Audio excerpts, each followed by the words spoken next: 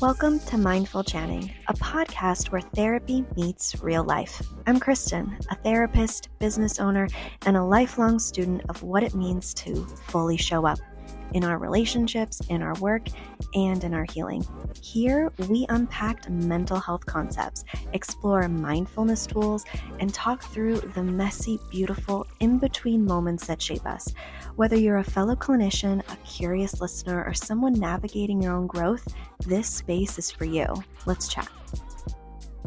Hey there, friend. Welcome back to Mindful Chatting. Let's stop. Let's go ahead and grab that comfy drink, your favorite blanket, and let's pause and take a big, deep breath. You deserve to slow down before we dive in today. Today's episode is about not being broken. You're just burned out. We're going to talk about ADHD, executive dysfunction, and isolation. We're going to break it down, what it looks like. We're going to talk about what the research says, and we're going to talk about what my dissertation is showing and how the results affect you. So let's get this started.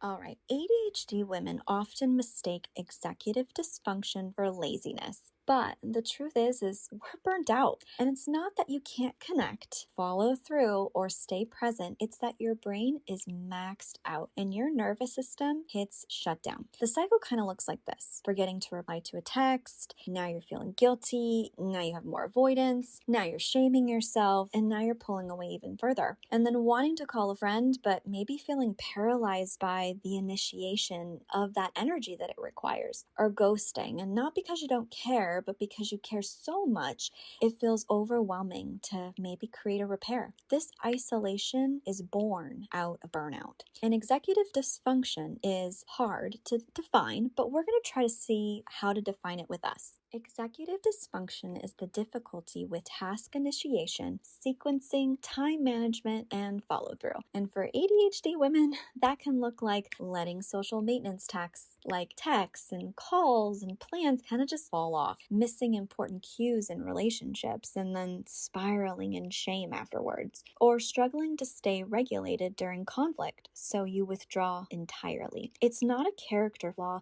it's executive function breakdown. And research links executive dysfunction with impaired relationship maintenance. Basically, we have trouble with reciprocity and consistency. So we have higher loneliness in adults with ADHD. And that emotional dysregulation has small conflicts feel massive, leading to that withdrawal. And then, unfortunately, we have avoidant coping, where we disengage from being overwhelmed, and that includes close relationships. So the literature highlights a vicious cycle. Executive function struggles create disconnection, and then disconnection fuels shame, and then shame worsens your executive function struggles. It's all linked together. And I found this in my dissertation. I ran correlations between executive dysfunction and loneliness. And here's what I found. Higher executive function difficulties are linked with higher loneliness and disconnection. And what that means is that executive function isn't just about productivity. It's deeply tied to how connected we feel to others.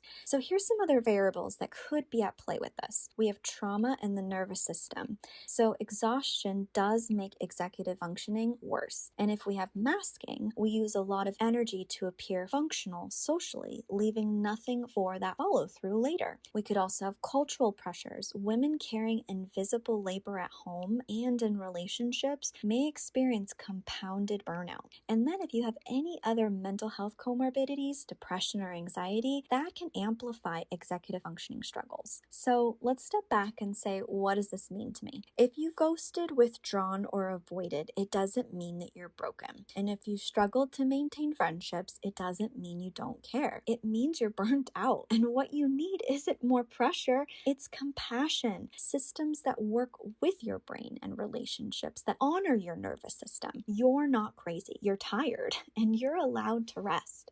One more thing before you go, and this helps me personally, staying present and grounded, which we all need, especially when your brain wants to spiral into disconnection. Me too. It's Brain FM. It's musically designed to help ADHD brains, well, really anyone's brain, focus, relax, or sleep, and I use it almost daily. If you want to try it, I've dropped my link in the show notes. And if you're looking for planning tools or ADHD-friendly resources, I'll keep a list of my favorite links in every episode. So as we wrap up, executive dysfunction is not just about productivity, it's about connection. And when it falters, you may feel isolated, but that doesn't mean you're unworthy. Burnout is real, and it's also survivable. So thanks for being here today. Thanks for showing up for yourself, even in burnout. Until next time, take rest seriously. And as always, be gentle with your mind.